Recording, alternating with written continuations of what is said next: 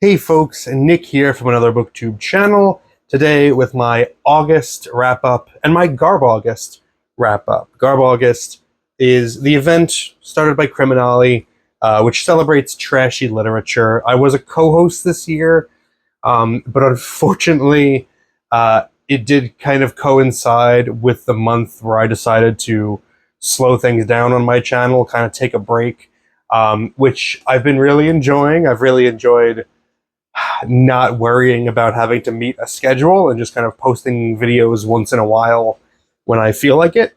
So I wasn't as engaged of a host this year, for which I feel a little bit bad. A lot of the other Garb August co-hosts put in a lot of time and effort to it, and I feel like I didn't hold up my end of the bargain, so apologies for that. But I did definitely still participate. I read a lot of trashy books. And some of them were really great, some of them were really bad. And I'm going to talk about all of them. I read 11 novels in August, not all of which were trash. Near the end of the month, I got kind of antsy, and I went back to regular, non-trashy stuff. But I read a good amount of trash. I also read 3 graphic novels, I guess you'd say, which doesn't sound like a lot, but 2 of them were kind of longer. So I enjoyed them over time, which is why I read fewer graphic novels. I took my time with them. So let's talk about them. Let's talk about what I read. First, I'm actually going to start with a book that I did not finish. This was a DNF, my first DNF in like months, and I feel really bad about this one. It was Valley of the Dolls by, what's her name? Jacqueline Suzanne, I think. And I feel bad about this one because this was the Garb August group read. Like, this was the one book that everyone, well, not everyone, but if you wanted to read it and be part of the group, you read Valley of the Dolls and you talk about it on Ollie's Discord.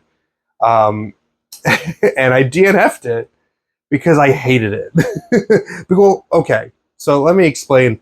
I was interested in it. Valley of the Dolls is this book about this, young woman who moves from a small town to, I think, New York City, and like she gets involved in show business and with people from show business, and things kind of devolve from there and get trashier. I didn't reach the really trashy stuff because even though I was interested in what was going on, I absolutely hated the author's writing style. I hated it because the way that Jacqueline Suzanne writes, or at least this book, is just huge blocks, paragraph blocks of dialogue. Like there's the connective tissue, like the narrative stuff, there's not a lot of it there. And so it's just page after page after page of huge blocks of dialogue between characters. And it was exhausting. It felt to me like when you meet somebody who's a little bit too extroverted and they can just yap and yap and yap and they don't take breaths between their sentences, and you're listening and you're trying to keep up, and before you know it, you realize that they changed topics at some point, and it's like, wait, how did we get here? Like, you just want to grab them by the shirt and just something, shut up, just shut your mouth for like 1 second so that I could catch my breath and like just digest what's being said. That's what Valley of the Dolls felt like reading. I wanted these characters to just shut the hell up for once so I can relax. And it's a shame because everybody else in the group chat loved it. They all pushed through, got to the end, and they all loved it, how trashy it was, how fun it was.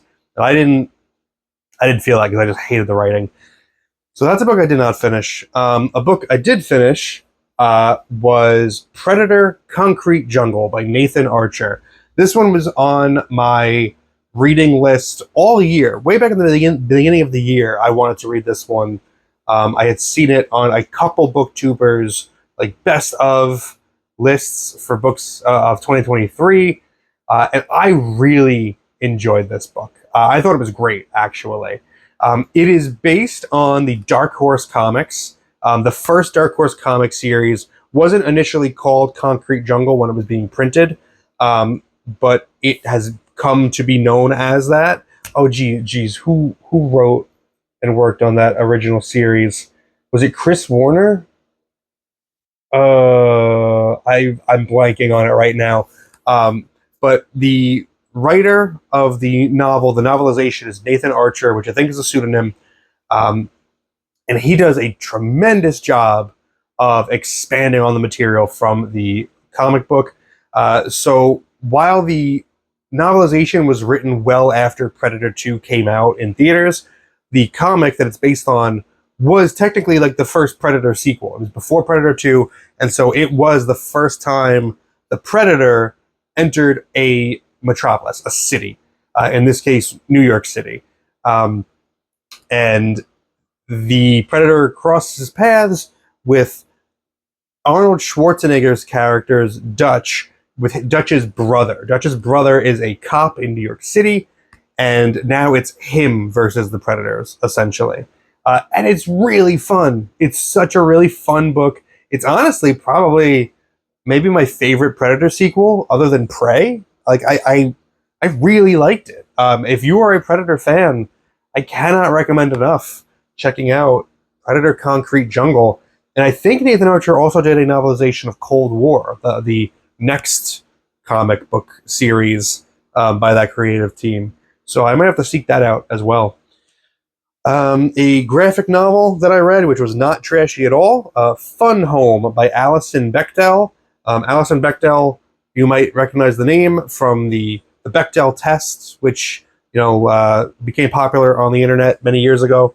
Alison Bechdel wrote Fun Home as a memoir. It was a memoir about coming of age of herself, discovering that she's a lesbian, but also it's about her father and her discovering, at the same time that she discovers that she's a lesbian, she finds out that her father was a closeted homosexual, or at least bisexual, and had never told anybody. And the whole book is about her growing up and her very weird, tumultuous relationship with her father, and how difficult of a person he was to kind of live with and to love, but also sometimes seeing the good in him, but most of the time seeing the butting of heads and not seeing eye to eye on things.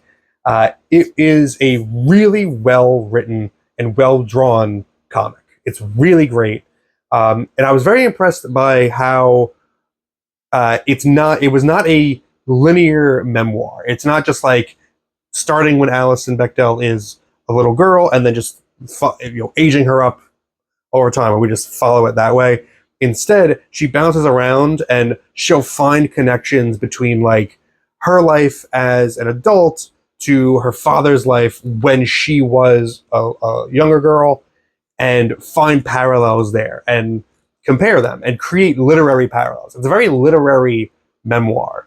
So I think it would appeal to a more literary crowd. If you're not a huge comic fan, I think it would appeal to you because I think it's structured in a way that is unique, and it's actually storytelling and not just a recitation of events, if that makes sense. But it was great. I really liked it. Completely other end of the spectrum, Slugs by Shaun Hutson. This was a very trashy book. This was easily the most disgusting book I've ever read in my life. I did not have a good time reading this book, and so I guess that is a testament to how successful it was, because I'm pretty sure that's what Shaun Hutson was going for. The plot is very simple. Slugs get a taste for human meat, and they start terrorizing a London town, and it's up to the city health inspector to thwart the little oozy menaces. This book was gross. I couldn't read it for more than like a chapter or two at a time because it was like making me gag. Like it actually upset my stomach to read it. So I give Shaun Hutson a lot of credit, because you think, like, how many different ways can slugs actually kill a person? He thinks of a lot. He comes up with some creative ways that these slugs kill people. And for that, I give him a lot of credit. It was always interesting. It was always different.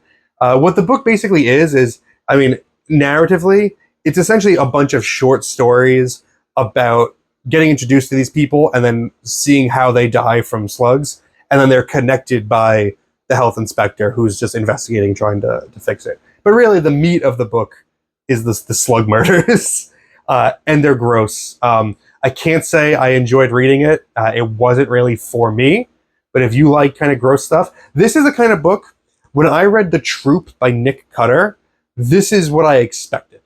Like, that book didn't impress me at all. I didn't find it particularly gross. I didn't find it particularly impressive. Slugs really grossed me out. This book was disgusting. So, if that's your thing, check out Slugs. Another Garbalgust read was Some Choose Hell by Jack Hild. This is part of the SOBs series. I don't have a lot to say about this one because I really didn't enjoy it. Mercenaries for hire in South Africa. So American mercenaries for hire in South Africa, trying to thwart a plot by radical racist South Africans to perpetuate apartheid, and the Americans have to come in and save the day. It was, honestly, it wasn't as action-packed as I was hoping it would be. It was kind of boring and just didn't really do it for me. Another one that really disappointed me was Mortal Kombat by Jeff Rovin. I'm a huge Mortal Kombat fan. It is a very trashy series. I enjoy the original 1995 movie, even though it's really not very good. Annihilation, if I'm in the right mood, I can enjoy that one for how bad it is, but it's really bad. I was expecting this book to be a novelization of the movie.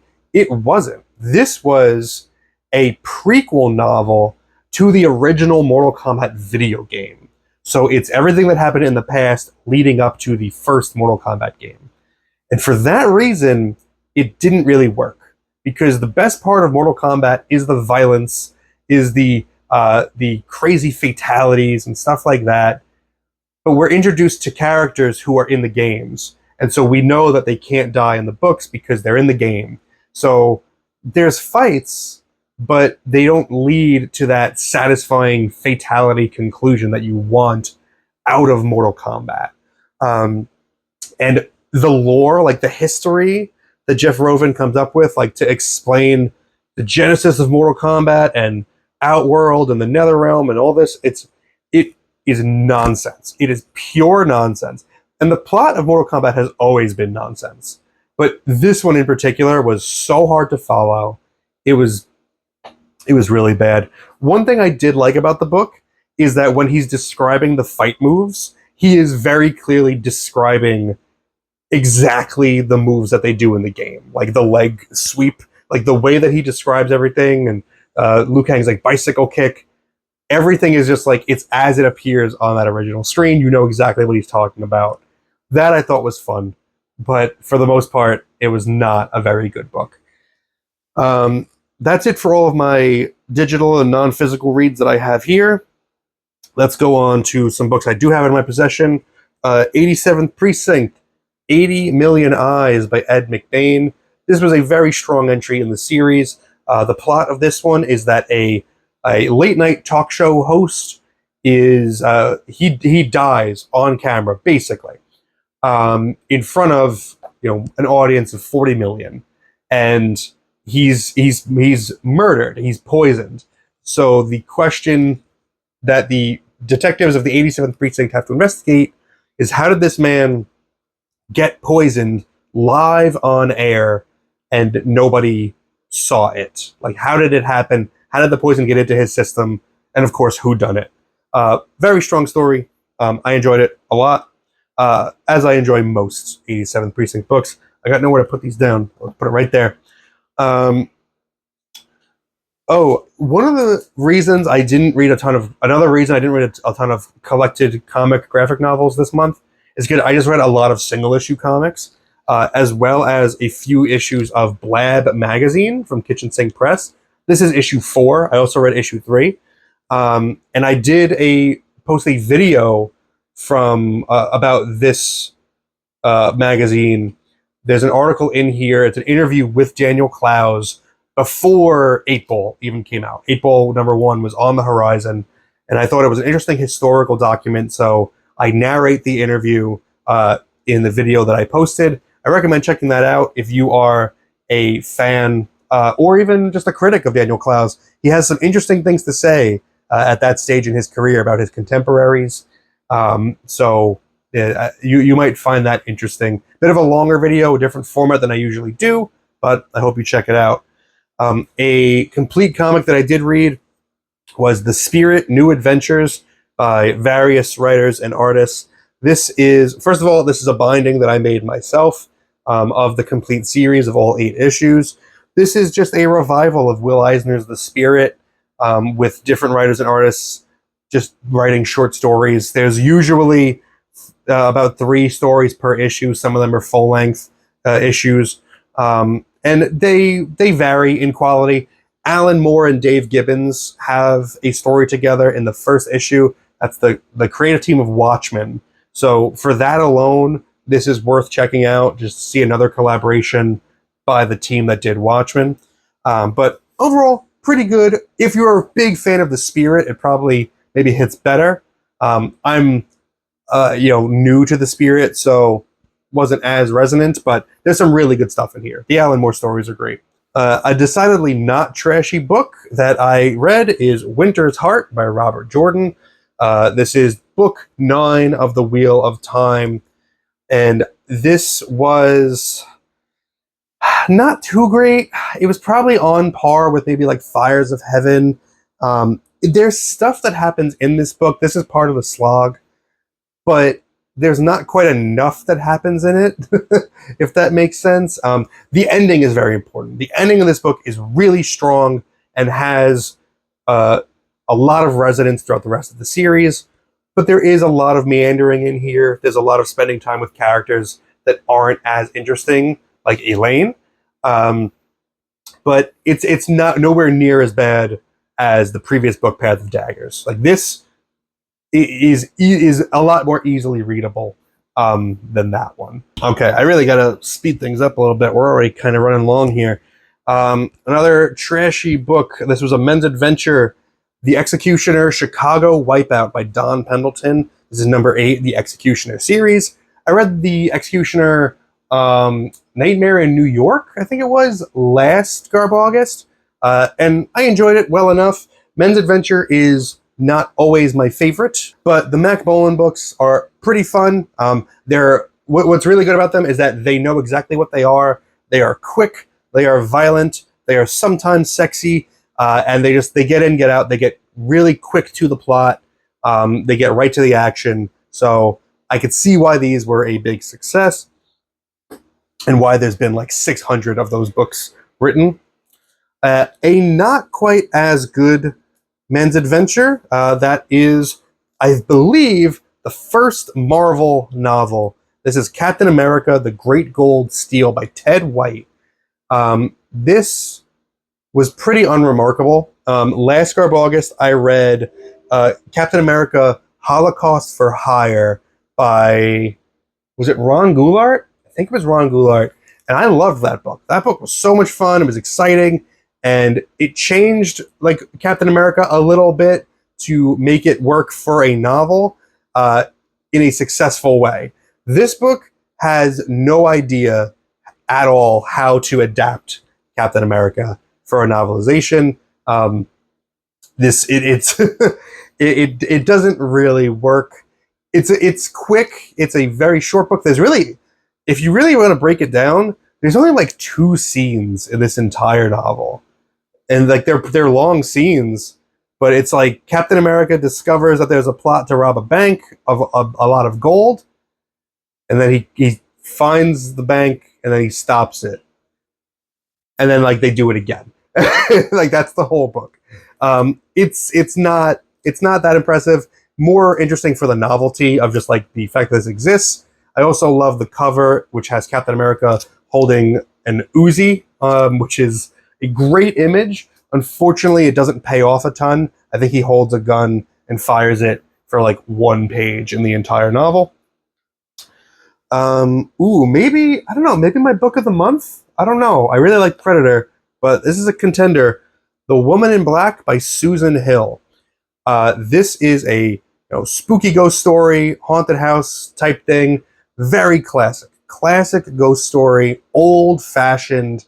And what does that mean? When people say old-fashioned ghost story, what I mean when I say it is that it's the type of story where the existence of a ghost at all is enough. Like new ghost stories, they'll have like there's hundreds of ghosts and they're really aggressive and they throw shit around and there's crazy fights and things are getting thrown all over the house and all that. Whereas in an old-fashioned ghost story, it's just like, what was that? And like, that's it. That's the scares. And when I'm in the mood for a story like that, just nothing hits better. And I was so in the mood for just like a really atmospheric, old-fashioned ghost story. And this delivered completely. I really enjoyed this book. I plan on rebinding it because I hate this cover with Daniel Radcliffe's face on it. No offense to him. I just hate movie poster covers. But I thought this was a delight, really. I read this. I put a fake fireplace up on my big TV screen, and I read it on the couch in front of that for a few hours, and it was a real delightful experience. So, Woman in Black by Susan Hill, big thumbs up from me. My choice for best men's adventure that I read this month for Garb August was Mistress of Death, number 2 in the Jason Stryker Master of Martial Arts series by Piers Anthony and Roberto Fuentes. I bought this earlier this month. I got this at a used bookstore mid-August, got it home and read it like right away. I bought it on the strength of the cover, which is absurd. This is about a martial arts master who is his entire karate class is murdered ruthlessly by a rival gang of martial artists who are addicted to this drug called Kill 13, and they're led by the Mistress of Death, who is this girl who her signature move is that she kicks men in the nuts so hard that they explode. So clearly this is the greatest novel ever written. This was a lot of fun. There is some ooginess in it because over the course of this book, Jason Stryker has sex with 3 girls that are under the age of 17 or 18. Maybe they were 17. I don't know. But that's statutory rape. And there's no way around that. So didn't care for those parts. But the like martial arts action and stuff, absurd, over the top, a lot of fun. I enjoyed this one despite every reason that I shouldn't have. And finally, I think I'm at the last novel, Buffy the Vampire Slayer Visitors by Laura Ann Gilman and Josepha Sherman. And this is just a really tight book. Like, I put up a video earlier in August about the Gatekeeper trilogy, the Buffy trilogy, and why it doesn't work because it's so long and drawn out, and the stakes don't come across very well because they fall flat. And this avoids all of those traps by just being a short, fun episode of the show. Basically, this would have been a perfect Buffy episode because the threat is not this world-ending, crazy entity. There's no extreme danger to all the main characters. It's just like another demon has come to Sunnydale, and they have this weird quirk. The team has to figure out what is that quirk, what's it do, how to stop them, and then they do it. Like, it's just this feels the most like any Buffy episode of any of the Buffy media tie-ins I've read so far. Short, sweet, works really well, captures the spirit of the series. I thought this was really well done. So if you want to get into Buffy novelizations, don't know where to start, I actually think Visitors is a really good place. And finally, the last graphic novel I read, last comic, was The Complete Web of Horror. I also posted a video about this as well, explaining the history of this magazine that began as a ripoff of Creepy and Eerie, but became this incredible project all on its own. It attracted young talent like a young Bernie Wrightson, Mike Kaluta, Bruce Jones, Ralph Reese, some really excellently, remarkably talented people who are just getting a start in the industry, doing some great work that you haven't seen reprinted 100 times before. This was a lot of fun. I enjoyed this entire book. I think it's a wonderful resource, and I'm glad that something like this exists, that somebody was able to put together not just the completed issues of Web of Horror, of which there were only 3, but the extra material that would have constituted additional issues, the lost stories, so to speak. So I loved Web of Horror. I thought that was fantastic. And that takes me to the end of August. Like I said, this has been a slow month video-wise for me because I'm taking a break, and I'm really enjoying that break, so don't expect things to pick up again anytime soon. But there will be more videos, again, as I just get in the mood for them. Let me know what you read in August, if you participated in Garb August. Let me know what your favorite trashy book that you read was. Or just let me know what your favorite book you read in August was in general. Thank you very much for spending some time with me today, but now it's time to get back to reading.